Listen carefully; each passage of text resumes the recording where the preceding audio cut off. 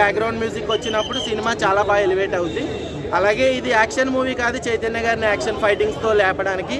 Love story కాబట్టి కథా content పరంగా చాలా బాగా యాక్టింగ్ చేశారు.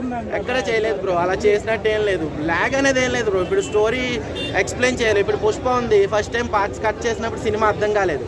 3 hours 40 minutes పెట్టినా ఎక్కడ బోర్ కొట్టలేదు. సినిమా బాగా అర్థమైంది సెకండ్ టైం.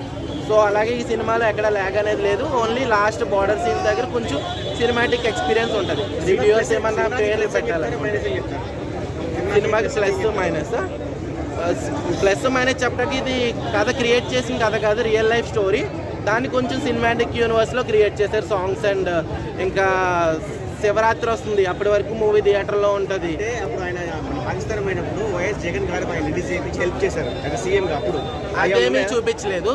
అలాంటివన్నీ కాంట్రవర్సీ అవుతాయి కాబట్టి ఆ విషయంలో డైరెక్టర్ గారు సక్సెస్ అయ్యారని చెప్పొచ్చు. ఓన్లీ గవర్నమెంట్ ఆఫ్ ఇండియానే సుష్మా స్వరాజ్ కానీ సుశీల్ స్వరాజ్ అని పెట్టి పేరు అలా క్రియేట్ చేశారు. ముఖ్యమంత్రి అసలు అలాంటివి వస్తే సినిమా కాంట్రవర్సీ అవుతుంది. అలాంటి అన్నెసెసరీ ఏం లేదు. అలాంటి ఇప్పుడు సాయి పల్లవి గారి మూవీస్ అన్ని హిట్ అయినాయి అంటారా? అలా ఏం లేదు. సినిమాలో కంటెంట్ ఉంటే హిట్ అవుతుంది. ఇప్పుడు కియారా అద్వానీ గారు ఉన్నారు, ఆమె భరత్ అనే నేను సూపర్ హిట్ అయింది.